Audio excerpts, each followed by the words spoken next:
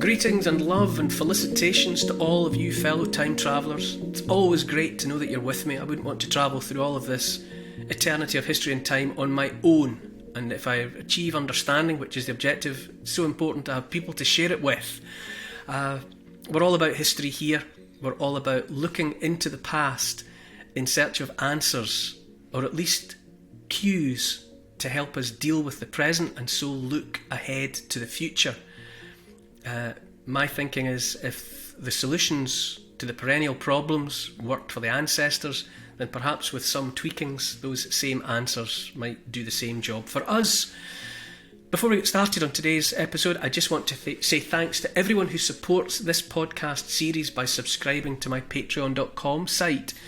It's that financial support via the patreon.com presence that makes everything else that Paul and I do possible. So if you're already a member, thank you. If you're not and you'd like to become a member, then go to patreon.com, search for me by name, follow the instructions and become a member. And you get access to everything we do, which is podcasts, vodcasts, Q&As, competitions, and first and foremost, you become part of the community, part of the family, part of the time-travelling family, and we're all like-minded, curious, sharing ideas. Okay, that's enough advertising. It's time to strap yourselves into the time machine as we set off for the next stop on my love letter to the British Isles. Cue the music.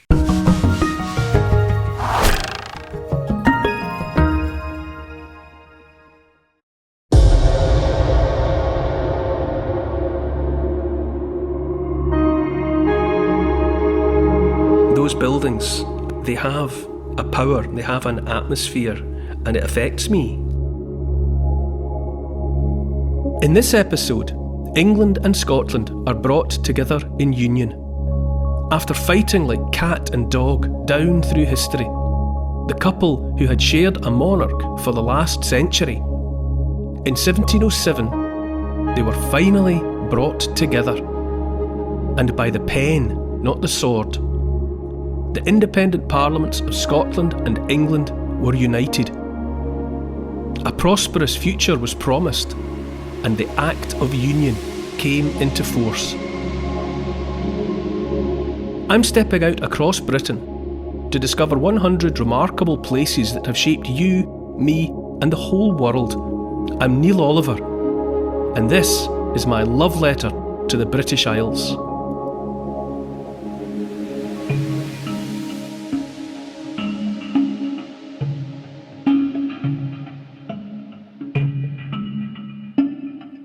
Hi Neil.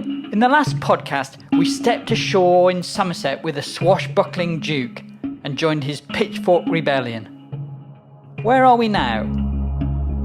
This week, we're at a pivotal moment in the politics of the Long Island. The day when Scotland, the country I was born and brought up in, was united with its neighbour, your homeland, Paul, England. We're in a place that has played a part in so much of Scottish history. And when the Act of Union came into force, the bells at St Giles here in Edinburgh rang out with the tune, "Why am I so sad on this my wedding day?"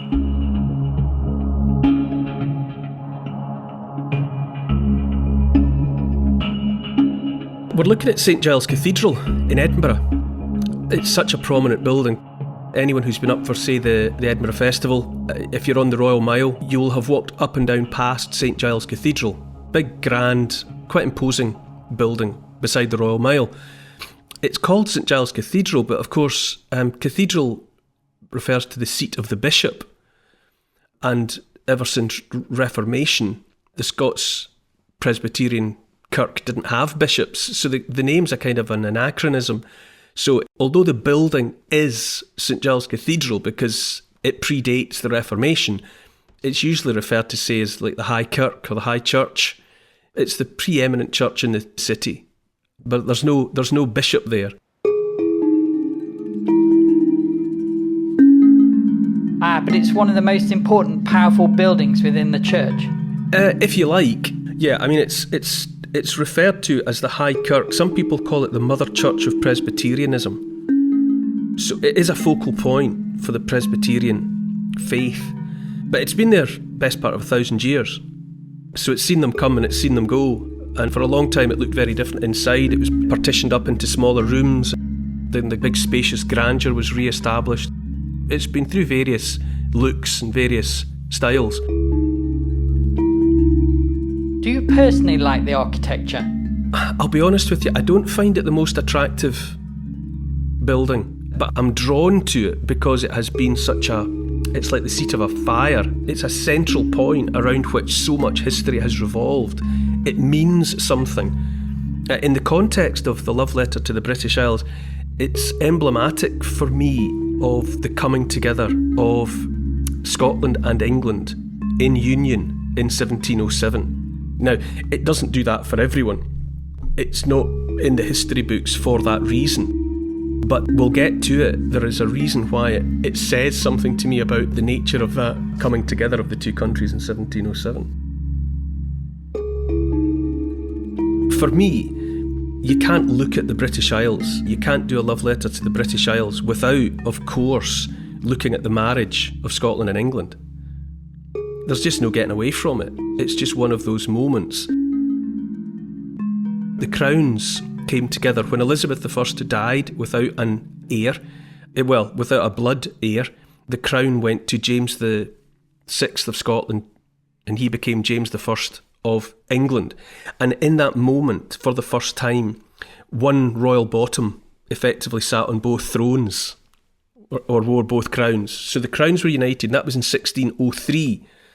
So there was a union of sorts, in that there was one monarch reigning over England, Wales, Scotland and Ireland. But it wasn't until 1707 that the parliaments came together as one. So even after the crowns were united, Scotland still had an independent parliament, and the members of that parliament were still making independent decisions about Scotland on Scotland's behalf. And there was a separate English parliament. And they operated independently of one another for more than 100 years after the coming together of the crowns.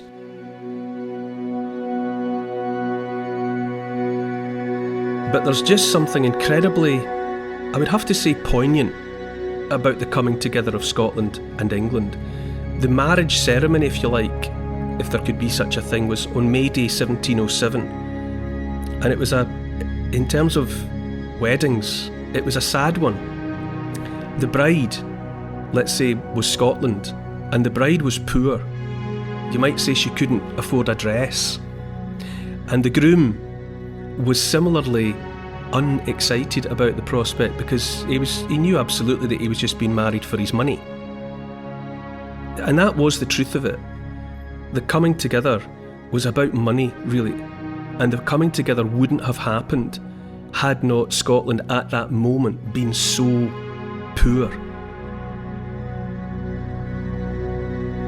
Effectively, what happened was basically some paperwork was filled out. If it was a wedding, it was a registry office due. There was no glamour. It was pretty perfunctory, and it was by a stroke of the pen rather than a stroke of the sword that what had been the independent, separate parliaments of England and Scotland were done away with.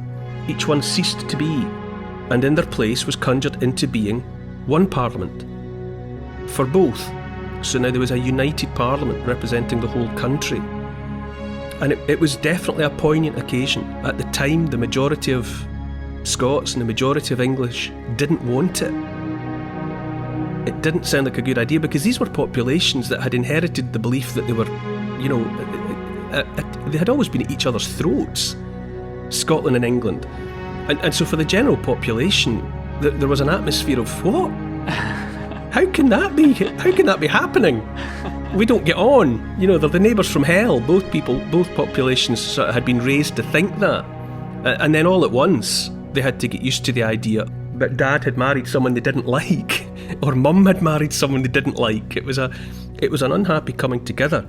But it did happen. There's just no getting away from it, because at the time, in the early years of the 18th century, the early 1700s, Scotland was broke. The last decade of the 17th century, the 1690s, had been bad. There were 7 bad harvests in a row. They were known as the ill years. So people were going hungry because the crops had been poor. The crops had been bad. And it was in that atmosphere of trouble and hunger and ill years that the Darien project was attempted. It was an attempt to establish a Scottish colony in Panama in Central America. By this point, lots of the European countries had well-established colonies in the Americas. Spain had been at it for years. England had her colonies in North America. And Scotland, some in Scotland, wanted to get in amongst the action. And the Darien in Panama, it's a very narrow strip of land that separates the Atlantic Ocean from the Pacific. And the dream was to go there, get established there, and create a canal, create an opening, a shortcut between the Atlantic and the Pacific Ocean. And the feeling was that Scotland would have been able to control the trade moving back and forth through that new opening and would have got rich on the proceeds. It was a good idea. In principle, it did sound like a way to get rich, but it was the execution of the scheme, as is so often the case, that was disastrous. Scots with money, all sorts, from the great and the good down to the just moderately wealthy, were persuaded to invest. This exciting scheme, offer up as much money as you've got, get in now, get in at the ground floor, you're going to be rich. And by the time the ships set sail, something between 1/4 and 1/2 of all the liquid capital in Scotland was committed to Darien. Wow. Imagine it. Maybe as much as 1/2 of all the coins and notes were committed to making Darien a success.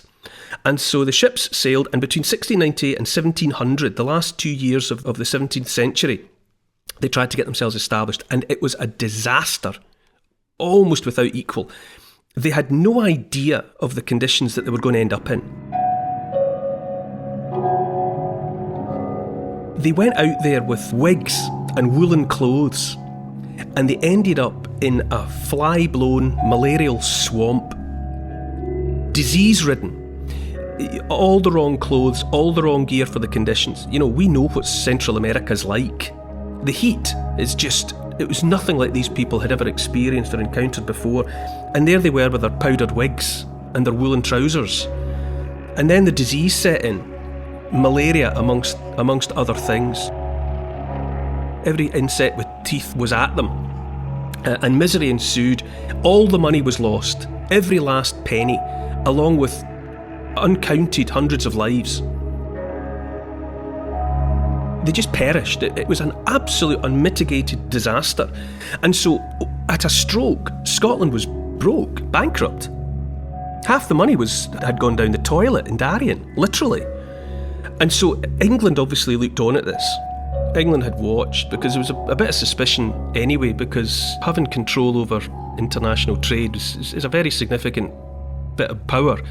And so they had watched whether Scotland were going to make a go of this or not. And it was fascinating for the English, amongst others, when the Scottish attempt to set up this colony was so disastrous. And it's fair to say that at the time, in the early years of the 1700s, the English were just on the lookout for a final solution to what they regarded as the Scottish problem.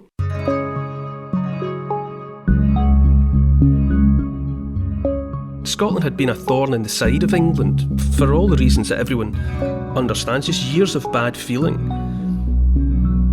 In 1688 there had been the Glorious Revolution, and that was when James II, who was King of Scotland and King of England together, he was ousted bloodlessly from the throne. It was like a bloodless coup, there was no violence, and he was replaced by his daughter Mary, who was Protestant, and her husband, who was William of Orange. So that's the time of William and Mary. They reigned, but they were childless. They didn't have any heirs. This is always a perennial problem for monarchs. If you don't produce an heir, there's complications, to put it mildly. So when their time was past, they were succeeded by James's younger daughter, Mary's younger sister, Anne. And she was a Stuart, like James, like Charles I, Charles II. She was a Stuart, but she was also Protestant. And she had 18 pregnancies in her life, and not one of them survived into adulthood. She had one son towards the end of her attempt at a family who lived to be about 11, I think, and then he died as well. So, imagine it, she had 18 pregnancies, and none of them produced a healthy adult child. To think of the emotional and physical toll that would have taken on a human being, really, it hardly bears thinking about. But nonetheless, queen she was, and it was her responsibility to sort out what would happen after her time was past, after she died. So by 1700, the last of her children was gone. And at that point, it meant that her heir was her younger half-brother. Now, he was James Francis Edward Stuart, another Stuart. Now, he is the old pretender, but at that time, in that moment in history, he was heir to Anne. And that was problematic because he was Catholic. She was Protestant, England was Protestant, Scotland was Protestant, and the spectre of returning a Catholic to the throne was not something that anybody could contemplate. So there was all sorts of dashing around the courts of Europe looking for a solution. What were they, how are they going to get around this? And the solution that they came to was that rather than risk having a Catholic on the throne, rather than Anne dying and being replaced by the old pretender, James Francis Edward Stuart, they alighted upon a relative of Anne's, Sophia, Electress of Hanover. That's one of those grand titles. Now, she was a granddaughter of James VI and First. Gets complicated, but bear with me. It's complicated stuff. So she's the granddaughter of James VI and First. He was the one who had replaced Elizabeth on the throne. So she's a granddaughter. And she's Protestant, and she's a Stuart, and she's got a Protestant son, more to the point, George. Now, he's the George that becomes George I. So he ticks a lot of boxes that, frankly, James Francis Edward Stuart does not. Primarily, above everything else, he's a Protestant. Word was Anne couldn't bear them. She could hardly stand to be in the same room as Sophia and George for whatever personal reasons. But nonetheless, he fitted the bill. And so by the Act of Settlement, legal papers, 1701, it was agreed that George, when Anne's time was past, George would replace Anne on the throne. And the news was just perfunctorily delivered to the Scots. They hadn't even been consulted because, of course, whoever becomes King of England is simultaneously the King of Scotland. And nobody involved the Scots in any of this. They were just handed a fait accompli. So they made it pretty plain that they were not impressed. But the truth was, the majority of Scots at that time didn't want a Catholic back on the throne either.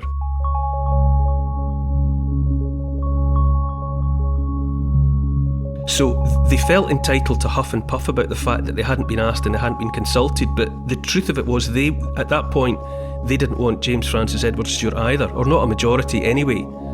And so they huffed and puffed about it, but the fact that it was a continuation of a Protestant monarch was on the cards really was enough.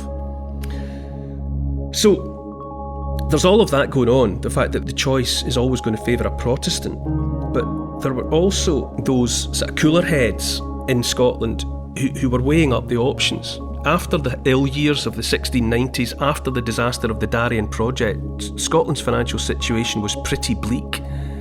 And they realised, a lot of Scots realised that if they could somehow get into bed with England and get access to what had previously been an exclusive bit of international trade that only the English were allowed to be taken advantage of, then there was money to be made. As long as Scotland remained an independent country with its own parliament, Scotland couldn't get in on the action, couldn't take part, couldn't share in the profits to be made from England's colonies. So there were lots of Scots, well-heeled Scots, who'd taken a real hit in Darien, who thought, we can regain the lost ground if we can go along with Scotland and England coming together in some formal way. And the lid was put on it by the fact that English money was sent north. Lots of English Machiavellian types were well aware of the dire straits that many of the previously wealthy of Scotland, what had happened to them on account of losing everything on Darien. So word got around that if they would support the dissolution of the Scottish Parliament and the coming together of an English and Scottish united Parliament, then there was money in it for them. So English silver and English gold were funnelled north into the hands of the people that could make the difference, tip the decision the way that was wanted. So sure enough, the Scottish Privy Council proclaimed the formal dissolution of the Scottish Parliament on the 28th of April 1707.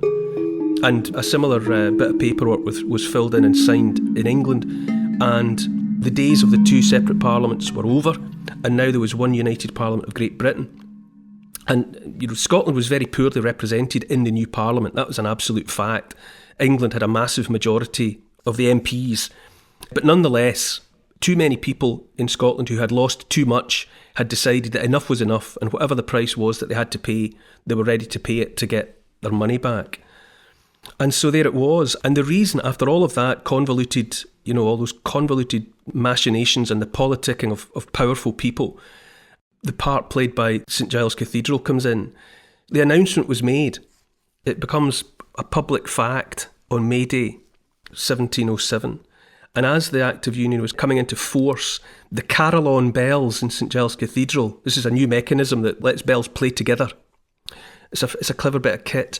And the carillon bells in the spire of St Giles Cathedral played an old Scottish folk tune called "Why Am I So Sad on This My Wedding Day?" And I find that very poignant, that the music that was chosen, if you like, for the background music of the coming together, the union of Scotland and England, was "Why Am I So Sad on This My Wedding Day?"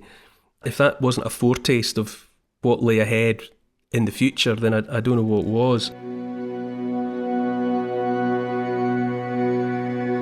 Was it a pointed choice? Well, maybe it was a yeah. Why else? Why would they choose it?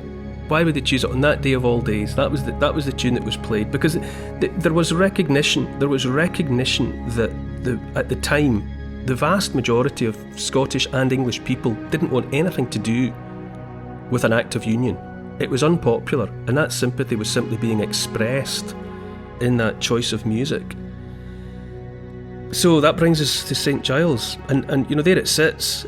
Anyone that's walked up or down the Royal Mile, you've walked past St Giles. There's various strangenesses about it. If you walk past near the west door, set into the cobbles, there's a heart-shaped pattern. It's about 3 or 4 foot across, just a little heart shape picked out in the cobbles. And it's known as the Heart of Midlothian, and it marks what was previously the toll booth. And it's a place of execution. So it's where prisoners were brought to be dispatched in public. And if you walk past it on a typical day, you'll see that people have spat on it. There's always little gobs of saliva on the Heart of Midlothian, because people traditionally walk past and spit on it, because it was a place of killing, a place of execution. And so the Heart of Midlothian usually is usually fairly healthily spattered with spittle. Oh, still to this day. Still to this day, yeah. Most days when you go past it, you'll see it. And it's also quite very close by Old Parliament House, or Parliament House, which was where the Scottish Parliament sat. So all in all, I've often been outside or inside St Giles Cathedral, and I've thought about that day. I've thought about what it must have felt like to be there on the 1st of May, this momentous occasion, and to have heard the carillon bells playing "Why Am I So Sad on This My Wedding Day?"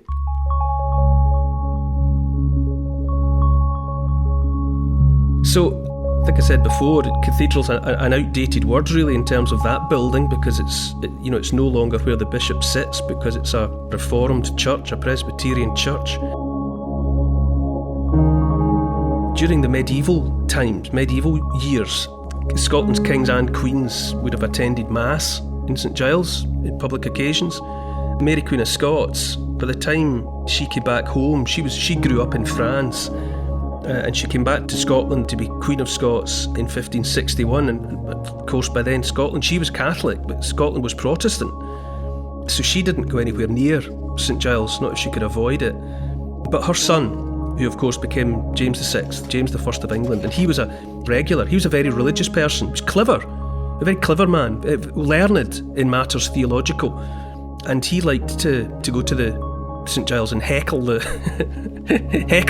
whoever was in there giving sermons, because he knew his stuff. And it was in St Giles in 1637 that Charles I, who was James VI's son, made the first attempt to foist his new prayer book, his new Book of Common Prayer, on the Scots. And that was where that old woman waited till the minister started preaching from it, and then she stood up, Jenny, and picked up her wooden stool and flung it at him and said, "Who's saying Mass in my ear?" in a reference to the perceived sort of popery of the English way of worshipping at that time. Alexander Henderson, he was one of those who had composed the National Covenant of Scotland that we've already discussed, which was that legal document that swore the people of Scotland to a personal relationship with God in defiance of everything that King Charles I was trying to impose upon them. So Alexander Henderson was one of the authors. He was one of those that put together the National Covenant, and he, after that time, became a minister at St Giles.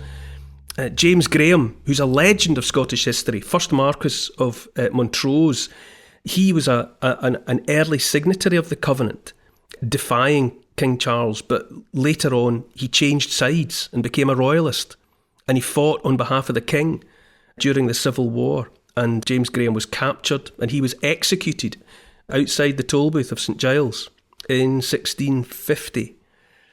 By that time, of course, Charles was dead. The king that he had fought for, he had been butchered on another block elsewhere.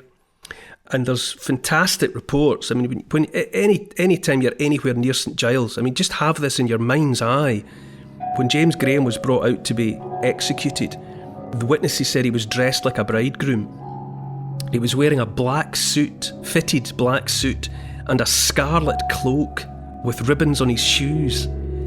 Imagine spending the night in the condemned cell, knowing that you're going out into the street to be beheaded in front of the general jeering public, and taking the time to get all dressed up in your best gear. Imagine having the mental strength. I mean, I imagine I would just be I imagine getting, crawling out on my hands and knees, if that was the fate that was about to befall me. But James Graham came out dressed, as they said, like a bridegroom. And do you know how he had spent some of his last night composing a poem? And before he was dispatched, he recited a poem which had, amongst other words, "Open all my veins that I may swim to thee, my saviour, in that crimson lake." That's class. I mean, you got to, whatever you think of the side that he was fighting on, that takes a bit of doing, to face your execution, in your best clothes, and then to stand and recite a poem that you've composed the night before. I think that's class.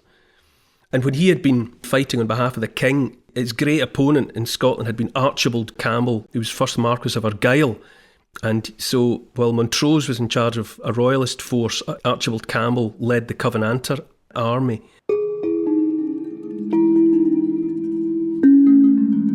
There was the time of Cromwell, the time of the Commonwealth, but when Charles II was restored, the Restoration, when he came back to the throne in 1660, he ordered a state funeral for James Graham, Marquess of Montrose, and that was held in St Giles, long after his death.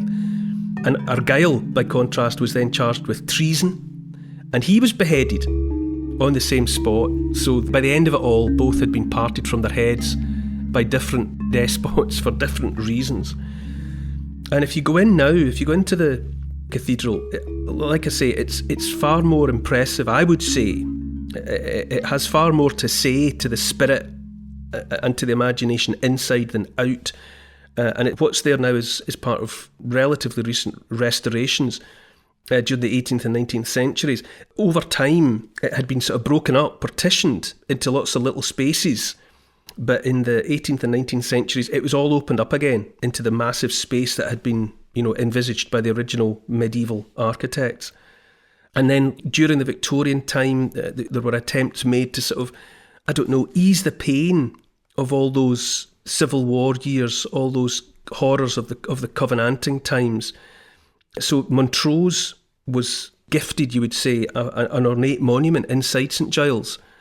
So this man that had been, beheaded outside the church, and now suddenly a new ornate memorial was created for him. And then not long after that, something similar was put up for Argyll. So those two men that had been on opposite sides, that had both ended up being beheaded, are memorialised inside St Giles Cathedral by ornate stonework. It's just, for me, it symbolises, I suppose, something about the coming together of Scotland and England in 1707, primarily because of, that choice to play that lament, "Why am I so sad on this my wedding day?" which, given the present climate, people in Scotland again arguing the toss about whether or not Scotland should be an independent country, and it's all angry again, even after 300 years There's something pertinent and poignant about that choice of music all those years ago. And it's simply a place worth seeing, St Giles. It has been and remains for many people a beating heart. It's a beating heart right on the high ground overlooking the rest of Scotland's capital city of Edinburgh. It's fascinating that some buildings have such deep roots into history with so much to say, isn't it? Yeah, the cathedrals in particular, I've visited them all over. You know, I've visited St Magnus Cathedral in Kirkwall in Orkney. I think that's the most northerly British cathedral I've been in. And I've been in cathedrals all over the country. And I find them very affecting places.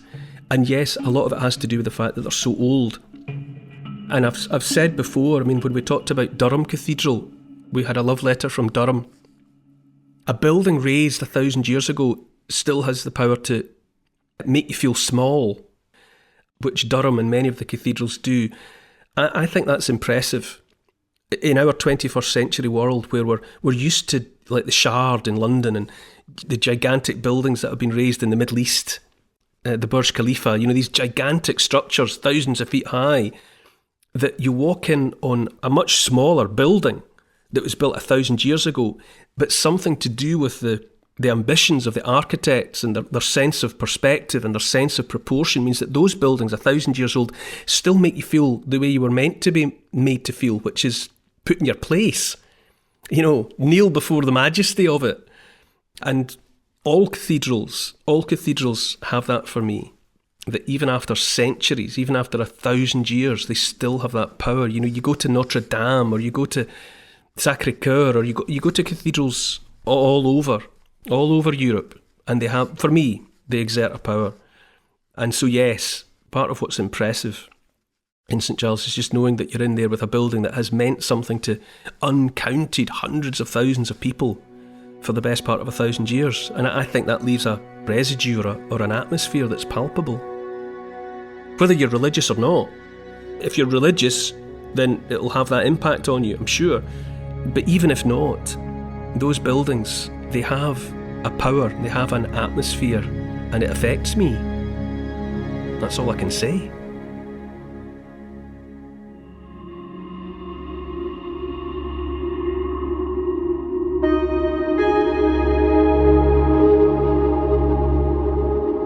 Bonnie Prince Charlie, the young pretender, strides onto the bloody historical stage. In the midst of a pan-European civil war, he was determined to claim the British crown by force. Backed by France, he lands in Scotland. The Jacobite rebellion gains momentum, meeting its decisive climactic moment at the Battle of Culloden. Next time in my love letter to the British Isles. To help support this podcast and to get access to new and exclusive history and comment videos every week, sign up to my Neil Oliver Patreon site. It would be great to see you there. Check out the Instagram account called Neil Oliver Love Letter. And please write a review of this week's podcast and share it with your friends. For further reading about these favourite destinations of mine, you could try my book. It's called The Story of the British Isles in 100 Places, and it's published by Transworld. Neil Oliver's Love Letter to the British Isles is produced by Paul Ratcliffe and Neil Oliver for Fat Belly Films. Music is by Malcolm Goldie. The social media producer is Oscar CFR. Additional research is by Evie, Lucian, Archie and Teddy.